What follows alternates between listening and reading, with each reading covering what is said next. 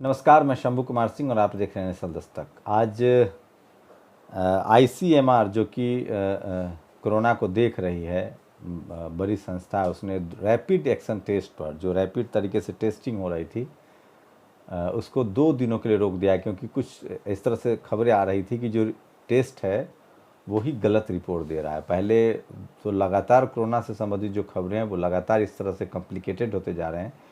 पहले कहा गया कि जो लोग शिकार हो रहे हैं, जो कोरोना से पीड़ित हैं, उनमें टेस्ट ही नहीं आ रहा है, वो सब के सब जो हैं नॉर्मल लोग में भी कोरोना पॉजिटिव के केस आ रहे हैं और अब टेस्ट भी गलत आ रहे हैं। तो बहुत सारी प्रॉब्लम्स हैं, वो एक साथ लगातार कोरोना के साथ आ रहा है। तो ये सबसे चिंताजनक विषय है। उसके बाद भी भारत में उससे भी ज़्यादा सांप्रदायिकता और जातिवाद जो है वो नंबर 1 पर बना हुआ है। कोरोना अभी भी लोगों के लिए बहुत इम्पोर्टेंट नहीं है। उससे ज़्यादा इम्पोर्टेंट यहाँ जाति और मजहब को लेकर जो कॉन्फ्लिक्ट है वो तेज़ होता जा रहा है। सोचिए कि किस तरह से जिस तरह से एक बीजेपी के सांसद ने ट्वीट किया था, उसके बाद गल्फ़ कंट्रीज़ में खासकर जो इस्लामिक स्टेट हैं वहाँ से रिस्पांस आया है। उसके बाद ओआईसी के रिएक्शन पर नकवी साहब ने कहा कि भारत मुसलमानों के लिए स्वर्ग है, काश ऐसा हो जाए ताकि हम दुनिया के सामने हमें शर्म ना आए। तो ये तमाम उन लोगों को जो जातीय हिंसा और धार्मिक हिंसा फैलाते हैं उनको समझना चाहिए, मॉब लिंचर्स को समझना चाहिए। अब तो कम से कम मैं अपील कर रहा हूँ तमाम लोगों से, जो कल तक जाति के नाम पर और धर्म के नाम पर जो लिंच हो रहा था उसके खिलाफ थे, अब जबकि एक ही धर्म के लोगों ने एक दूसरे को ही लिंच कर दिया है, तो भीड़ की शक्ल जो जिस तरह से हत्याएं हो रही है, क्या आप उसके खिलाफ हैं? तो अब भी कम से कम बोलिए और सारे लिंचर्स को सजा हो। और ये जो ट्रोल करते हैं, जो गालियां देते हैं, चाहे वो गौरी लंकेश हो, पंसारे हो, चाहे अखलाक हो, इन तमाम केसों में जल्दी से जल्दी आरोपियों को सजा हो। और जिस तरह से महाराष्ट्र सरकार ने कार्रवाई की है लिंचरों पर, उस तरह से क्विक एक्शन लिया जाए। कोई माला ना पहनाए, कोई उनके पक्ष में ना बोले। जो भी लिंच की घटना हो रही है उसको सख्त कार्रवाई की ज़रूरत है। सोशल मीडिया पर कुछ ज़रूरी पोस्ट है जो मैं आपको चाहता हूँ कि एक बार बताऊँ, क्योंकि सोशल मीडिया ही मुझे लगता है आज के समय में ज़्यादा एक बिहार से एक वीडियो वायरल हो रहा है, किस तरह से एक पुलिस के जो सिपाही हैं उनको किस तरह से कान पकड़ के उठक बैठक लगाया जा रहा है। कितना शर्मनाक है ये। तो इसको लेकर ट्वीट है। मध्य प्रदेश में एक बड़े अधिकारी ने, सोचिए, सनावद थाना प्रभारी राजेंद्र सोनी की छुआछूत जातिगत प्रताड़ना से परेशान होकर सब इंस्पेक्टर रैंक के अधिकारी ने सत्यनारायण सोनगरा ने अपना इस्तीफा देकर नौकरी छोड़ी। ये मध्य प्रदेश का मामला है।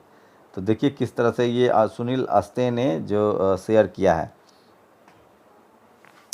पालघाट से उद्धव ठाकरे ने इस्तीफा, पालघर घटना से उद्धव ठाकरे ने इस्तीफा देना चाहिए, ऐसा लग रहा। तो पुलवामा की घटना, सोचिए कि जिस तरह का विरोध अभी पालघर पर जो लिंचिंग हुई है उस तरह से हो रहा था, अगर इसी तरह का विरोध हर लिंचिंग के खिलाफ पॉलिटिकल पार्टियां करती, मैं बीजेपी को सैल्यूट कर रहा हूं कि कम से कम वो विपक्ष की भूमिका निभा रही है। क्या सारे विपक्ष के जो लोग हैं वो इस तरह की भूमिका निभा सकते हैं कि नहीं? तो ये बहुत ज़रूरी है। मुझे लगता है कि आपको विपक्ष की भूमिका में रहना चाहिए। सोनू निगम को लेकर लगातार बातचीत हो रही है। केंद्र सरकार को सोनू निगम की सुरक्षा को सुनिश्चित करानी चाहिए। वो भारतीय नागरिक है, उनकी सुरक्षा हो। अगर उन्होंने कुछ गलत किया है तो उसे भारत के हिसाब से देखा जाना चाहिए, लेकिन ये नहीं कि अगर वो विदेश में है तो उनके खिलाफ वो भारत के नागरिक हैं और हमें उनकी सुरक्षा भी करनी है। अगर उन्होंने कुछ सांप्रदायिक तरह बातें की हैं तो उसको यहाँ के कानून के हिसाब से सज़ा हो, लेकिन उनको आप दूसरे देशों में छोड़ दें, ये ठीक नहीं है। कुछ और इम्पोर्टेंट पोस्ट है जो मैं चाहता हूँ कि आपको पढ़ के बताऊँ, जो मेरे हिसाब से बहुजन समाज के हिसाब से बहुत जा रहा है। कोरोना योद्धा डॉक्टर निजामुद्दीन मुरादाबाद में डॉक्टर निजामुद्दीन की मरीजों की सेवा करते हुए जो मौत हुई है उनको लोग श्रद्धांजलि दे रहे हैं। और एक वीडियो है, एक शख्स हैं जो लगातार जो पीड़ित हैं, वंचित हैं, जो भूखे हैं, उनके लिए मांग उठा रहे हैं। तो एक जो मैंने कल फैसला बताया था, किस तरह से एक फैसला आया है नालंदा में, एक नाबालिग को चोरी के आरोप में पकड़ा गया था। उसके बाद जज ने कहा कि इसको खाना मुहैया कराया जाए, ये सरकार की फेलियर है। और जिस तरह से निजीकरण लगातार हो रहा था, लोग उसके खिलाफ भी लगातार पोस्ट कर रहे हैं। और एक डॉक्टर मोनिका सिंह के बारे में मैंने कई बार कहा, वो हमेशा से उन्होंने कहा है कि ये जो मॉब लिंचिंग है, ये स्टेट स्पॉन्सर्ड, पुलिस स्पॉन्सर्ड नहीं, ये टेलीविज़न स्पॉन्सर्ड है।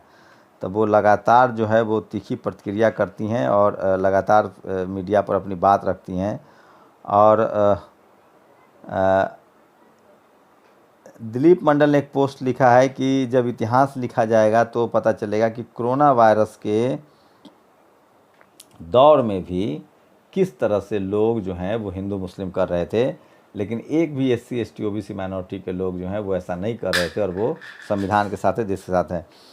एक और वीडियो सोशल मीडिया पर रिलीज है जिसमें एक शख्स मुसलमान से सामान लेने से इनकार कर रहा है। तो ये सब लगातार हो रहा है। और 100 किलोमीटर पैदल चली 12 साल की बच्ची, घर से 14 किलोमीटर पहले दम तोड़ा। ये छत्तीसगढ़ की खबर है, बीजापुर की। इकलौती बच्ची का इंतजार था, पहुंची मौत की खबर। तो लॉकडाउन से जो मौत हो रही है उसको भी लोग शेयर कर रहे हैं। अखबार की खबर है।